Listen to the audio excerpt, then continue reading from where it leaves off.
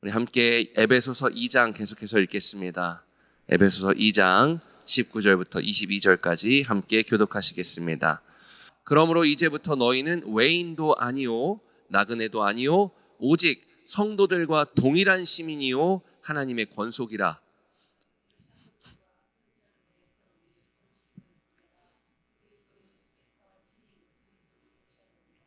그의 안에서 건물마다 서로 연결하여 주 안에서 성전이 되어가고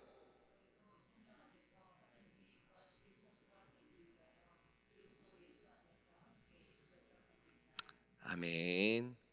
자, 여러분, 제가 지난번에도 말씀드렸듯이 비록 공중권세 잡은 세력이 인류를 하나님으로부터 분리시킴으로써 인류를 힘으로 지배하며 인류에게 폭력적인 압제를 가했지만 사실 이들의 진짜 목적은요, 공중권세 잡은 세력의 진짜 목적은 인류가 아니었어요.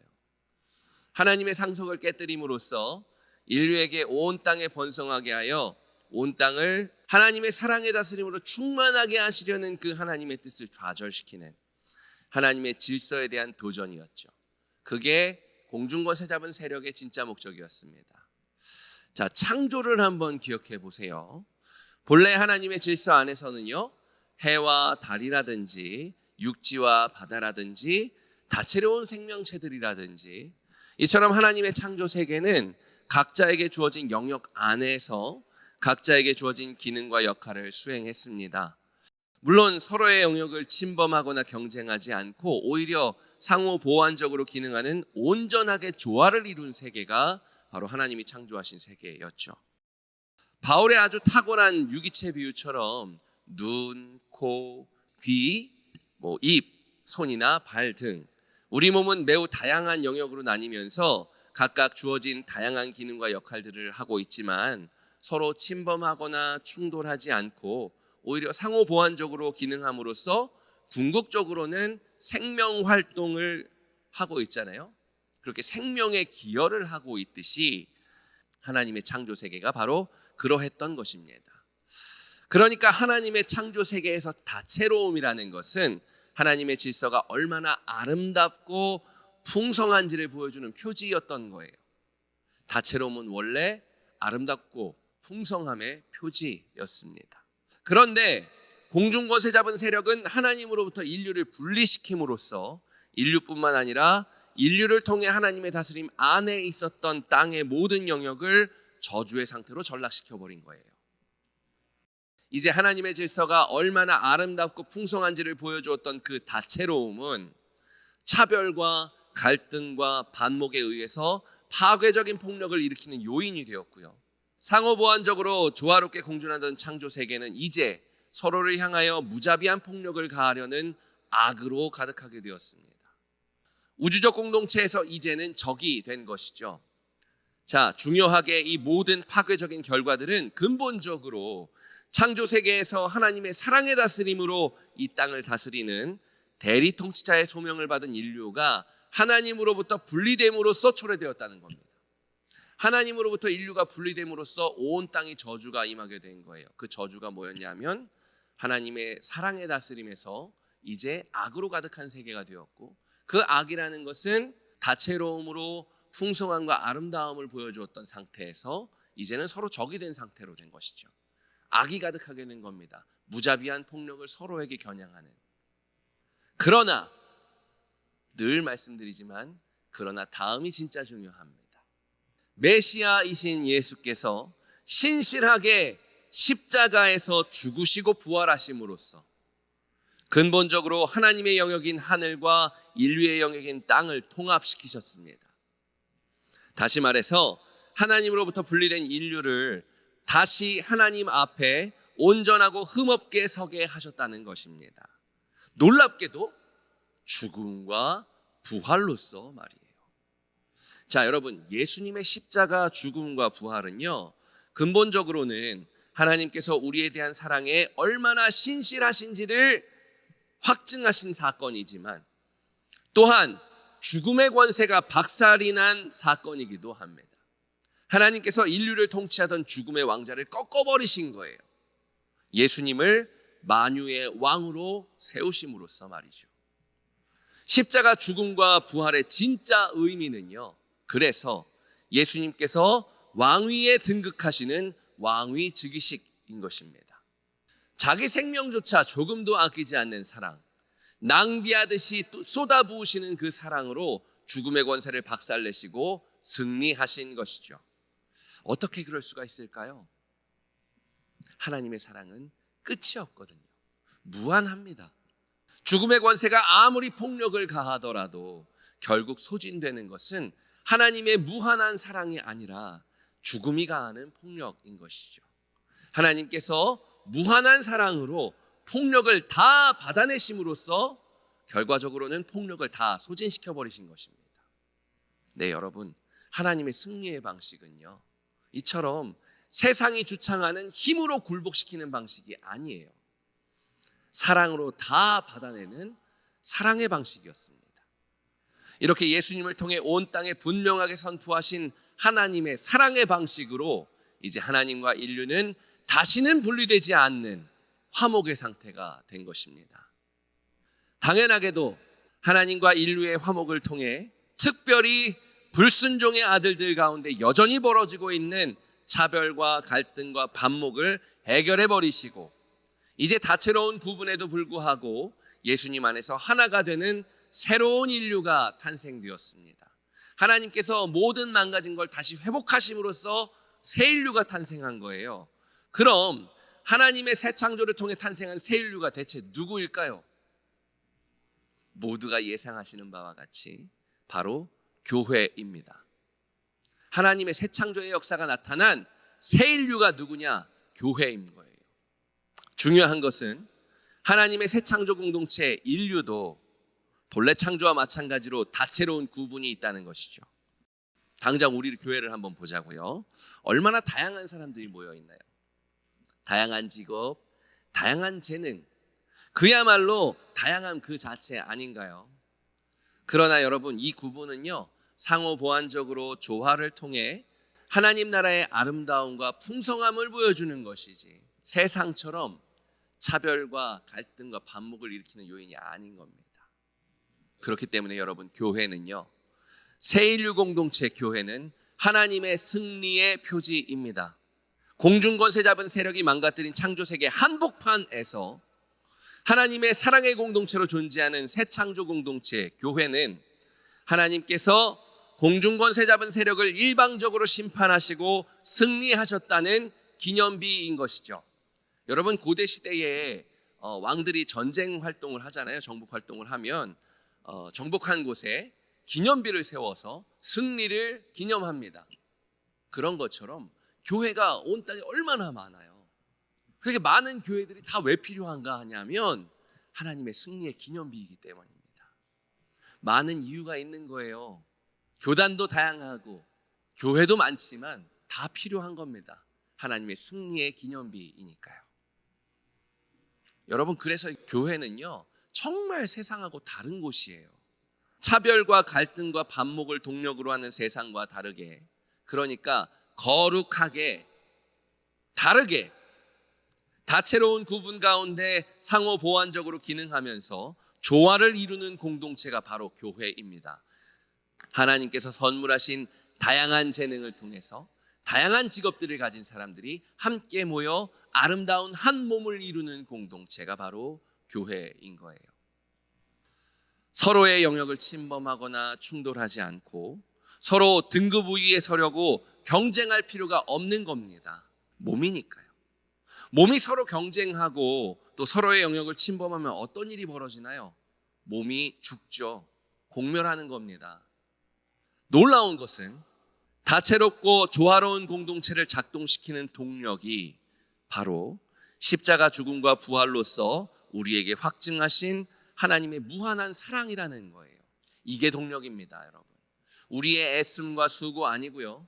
우리의 지혜와 명철 아니고요. 하나님의 무한한 사랑이 교회의 동력입니다. 그래서 여러분, 바울이 기도했던 것이 바로 이거예요.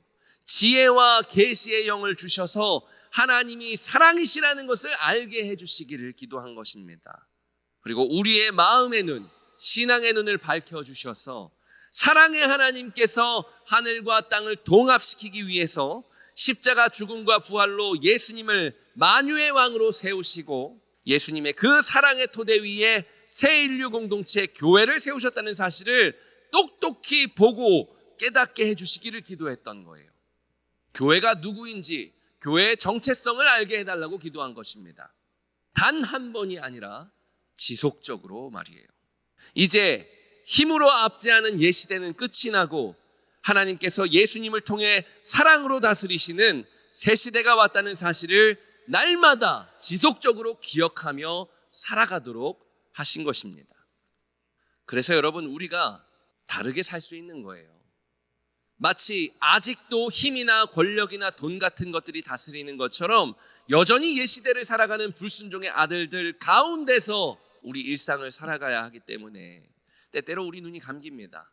여전히 돈이 다스리는가? 권력이 다스리나? 힘이 다스리는 게 맞는 건가? 이렇게 흔들리기 마련이에요. 눈에 보이는 현상들 때문에 우리가 분명히 하나님의 새 창조 역사로 탄생한 새 인류 공동체라는 실체를 알고 있음에도 불구하고 잊어버리게 되는 거죠. 그렇기 때문에 때때로 우리도 힘이나 권력, 돈 같은 세상의 힘을 조금이라도 얻어보겠다고 수고하며 애쓰고 살아갈 때도 있지 않습니까? 그래서 여러분, 바울도 성도들의 삶이 지속적으로 하나님의 승리의 표지가 되도록 교회가 하나님의 승리의 기념비로서 온 땅 가운데 하나님의 사랑의 다스림을 보여주는 새 인류 공동체로 지속적으로 살아갈 수 있도록 지혜와 계시의 영을 주셔서 마음의 눈을 밝혀달라고 기도한 것입니다. 중요하게 오늘 본문은 이렇게 선언합니다. 19절인데요. 성도들과 동일한 시민이요 하나님의 권속이다. 이게 뭘 의미하냐면은 지금 이 에베소 교회 성도들은 이방인이잖아요. 이게 중요합니다. 자, 비록 너희가 이방인이지만 그런 구분과 상관없이 너희도 그리스도의 사도들과 이스라엘의 선지자들의 터 위에 세우심을 입은 자라는 거예요. 여러분, 원래 이스라엘의 선지자들은 이스라엘에게 하나님의 뜻을 계시했던 자들 아닌가요? 이스라엘 민족의 선지자들이잖아요. 그리스도인의 사도들이잖아요. 그게 온 땅으로 확장된 겁니다. 이방인도 마찬가지로 성도요 하나님의 권속이 된 거예요.